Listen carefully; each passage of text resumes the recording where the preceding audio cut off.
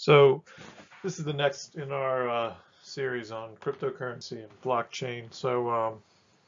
We just did the video on the Marshall Islands national currency, the Marshallese sovereign, run off the Algorand blockchain. So now we're going to talk about blockchain in Dubai and their 2021 plan for smart cities and the blockchain, or blockchain technology, I should say, not the blockchain, because there are many blockchains and they are numerous and they will continue to be more numerous.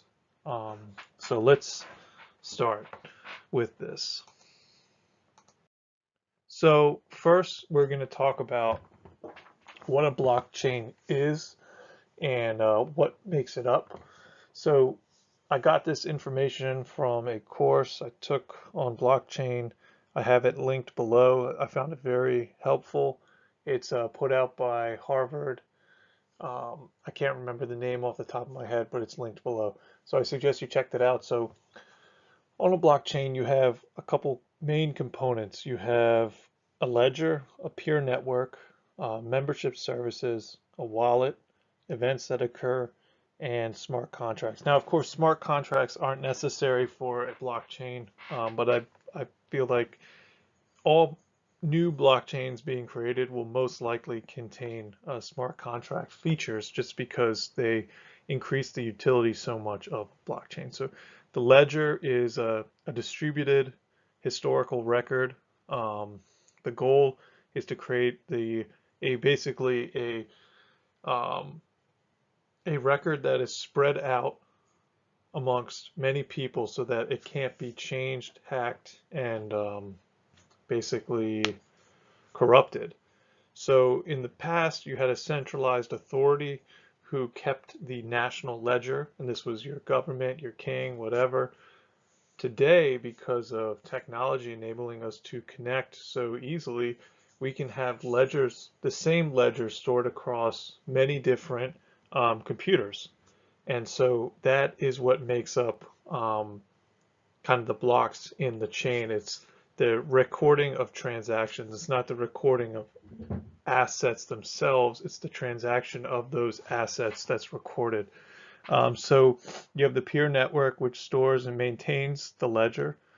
They're called nodes. So each actor in the blockchain is a node in itself, and they each maintain a copy of the ledger, and they come to a consensus on contents to the update or content updates to the ledger. So transaction is recorded across all of them, and there's consensus that object A has control of asset B and transfers it to C, and that's every node within the network confirms it and comes to the same consensus, and then that's how the transactions are recorded.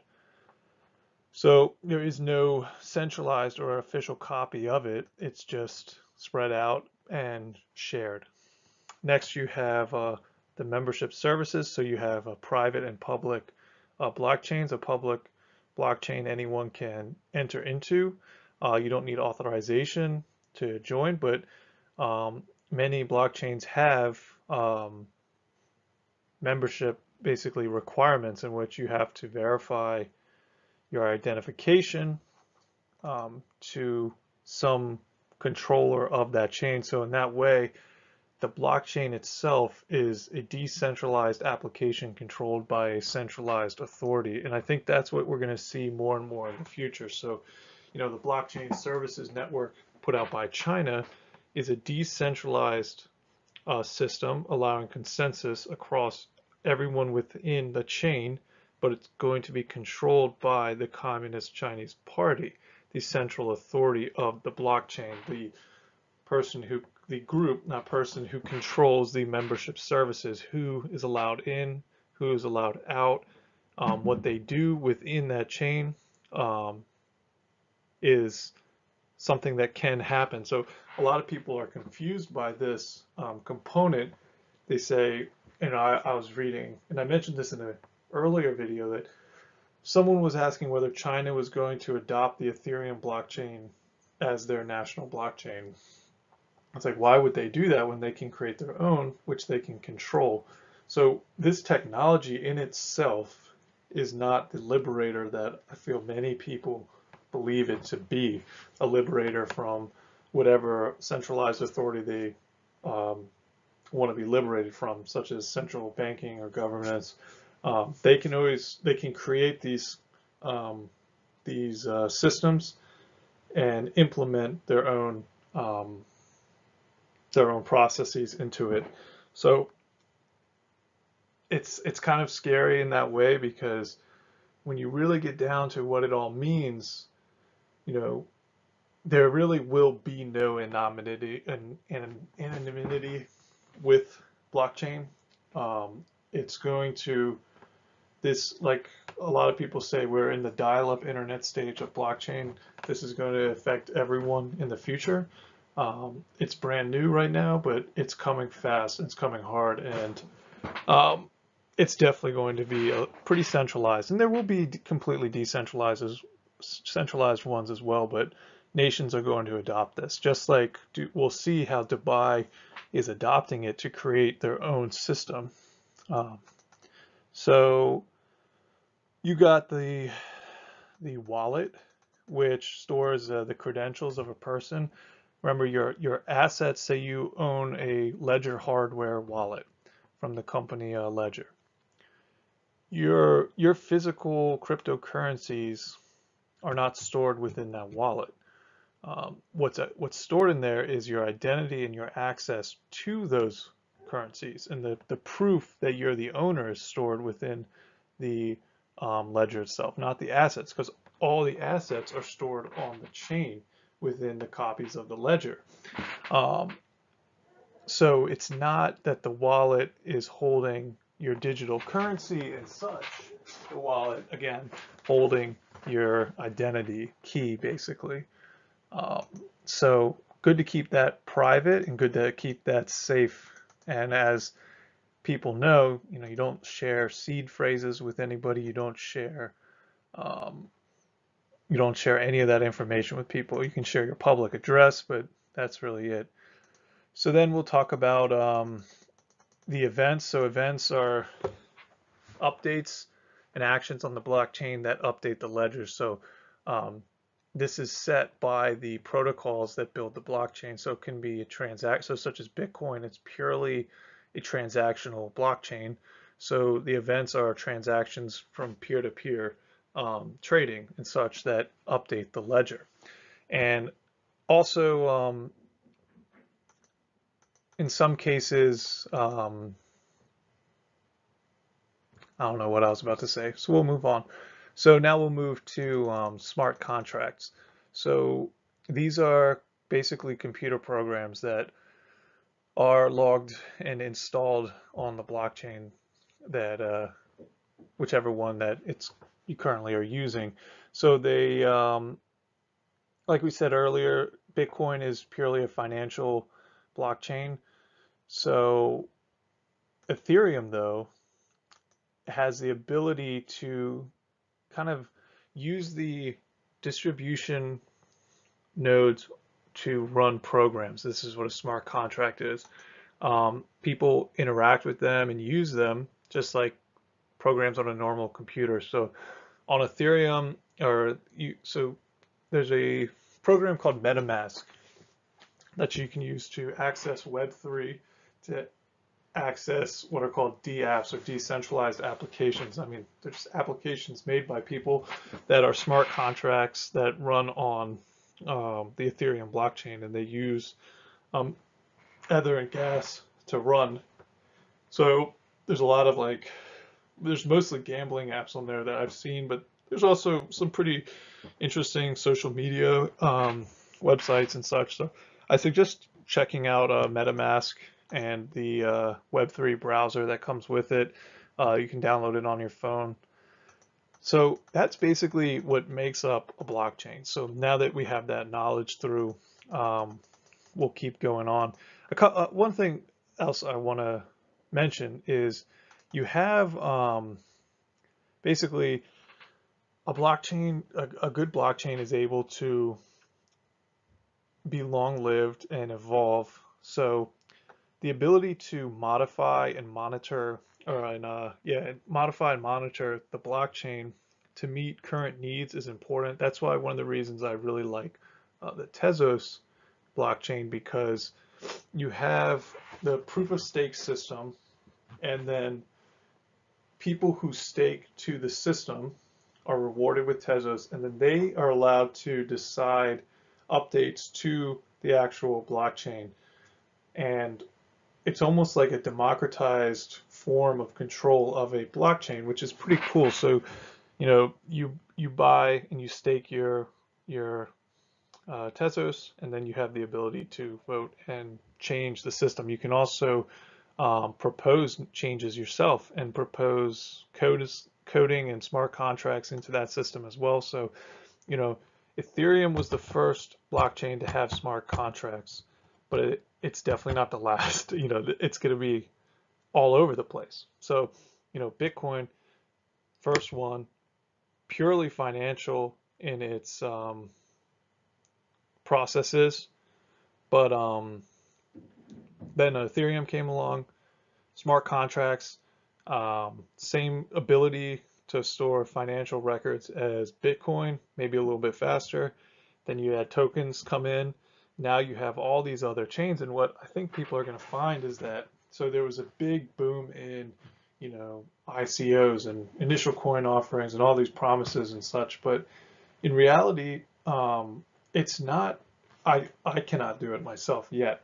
One day I will be able to, but in reality, it's not all that difficult to make a blockchain. And you're going to find that in the future, most companies will probably have an internal blockchain, and it's going to be how they run their internal systems. And then nations will also have a blockchain, and there'll be blockchain social networks and such.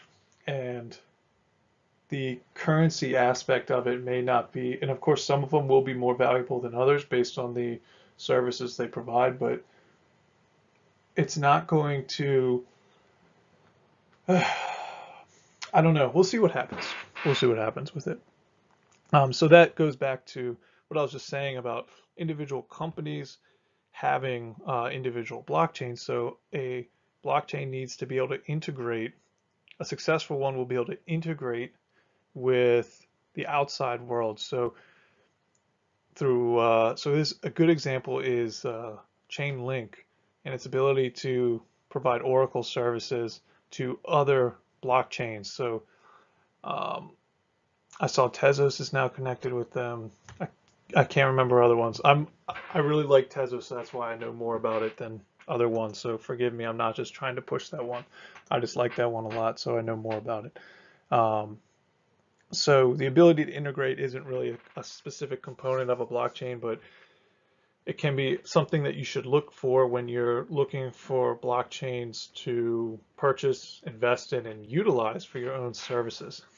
So, Dubai basically set out the goal to be the first city to be completely run off blockchain, all government services and such. So they basically wanted there's a couple components laid out on their site. So smart, livable, and resilient cities. So they wanted to basically have a city that, was like futuristic, connected to all apps and services provided by the city on a centralized location. It pretty much speaks for itself. So the next section, globally competitive economy powered by disruptive technologies, interconnected society with easily accessible social services, smooth transport driven by autonomous and shared mobility solutions, clean environment enabled by cutting edge ICT innovations, digital lean connected government. So one of the interesting things I read was about the clean environment. So one of the things they pointed out was, well, all government services are now going to be through the blockchain, so you won't have to leave your home to apply for anything. So I guess in the past you had to drive down to offices and such. So a lot of the changes centered around not having to drive places anymore, public transportation, um, reducing waste. So, they're planning to basically no longer have paper because everything is going to be on their blockchain and it's going to be saved on there, and anyone can go back and look anything up and can't really change it. So they're also investing a ton of money into companies and organizations that want to improve, utilize, and build on this blockchain. Um, so they, you know, it's very ambitious. The website I saw was pretty good. I think it's pretty neat. I would like to go see this place and visit, and see how they implement this thing. One of the things I saw that was funny is they wanted to be the happiest city in the world, and they have this happiness app where you can like rate things and um, kind of not snitch, but tell others about things you didn't like. And I thought that was a little weird and almost dystopian because you have a national, we'll get to the next part, but there's a national identity system. And so you'll have all this stuff logged. Everything you do is going to be logged on this chain. And since it's open, anyone can explore it and see what you're saying, what you like, where you've been, what you've bought. Um, so it's strange, but it's cool. I think it's neat. Everything seems cheery. So here's the apps that they have. So you got your Unified Government Services app, your supplier app, Government Resource Planning, UAE Pass, your happiness meter, the one I mentioned, the Smart Employee app, Dubai Careers, and Dubai Pulse. And the Pulse is the backbone. It says the digital backbone powering the smart city. Um, so I actually went on my phone to download some of these apps. So I downloaded UAE Pass and I signed up for a national digital identity, which was actually very easy, but I only have level 1 access. I need to get it says I need to get like a UAE, actual UAE identification to get level 2. But I thought that was interesting, so I signed up for the UAE Pass for my national digital identity, even though I don't live there. Um, I did not find the happiness meter. I saw the Dubai Careers app, and I was looking at jobs on there, like pretty much everything on there. Their urgent need, a lot of jobs revolved around blockchain. So if you have a lot of coding experience and you understand this, I would, you want to move to Dubai, go check it out and apply for a job. It's funny, my wife actually talked about moving there, but then I showed her some of the different rules they have. It's different than the United States, obviously, but they're actually pretty friendly to outsiders there. And actually, the majority of the population of Dubai is from Southeast Asia, I believe. Um, but it's very different. So, if you're going to move there, be cautious and make sure you read up all the rules and customs. And I'd suggest sticking with local customs anywhere you go, pretty much. Don't go anywhere to another place and try to, force your own way. But next, so this is I opened up a web page on the happiness app. So this is basically what it looks like. So you can say what made you unhappy, what you want to change, and such. I mean, it's an interesting concept. We'll see how many people actually use it. I mean, it's like kind of, I get the idea of, I mean, it's kind of neat though that, the government would put something out like, are you happy? What are you not happy about? How can we change it? Because, I mean, and where I live, I mean, we've gotten stuff changed here, but we have to, go through 10, 15 different website pages, email 16 people what the problem is, and then they'll decide whether or not they're going to change it or not. It's very slow bureaucracy, right? So the blockchain helps reduce bureaucracy, which is pretty cool, which I can dig. So this is Rashid, the reliable advice on the city. So I can't find this specific app, but if you go into the Dubai Careers app, you can find the little widget for Rashid and ask him questions and say what's up and see what you want to do. So it's kind of funny. I mean, it's like the Siri for Dubai specifically. So that's kind of funny.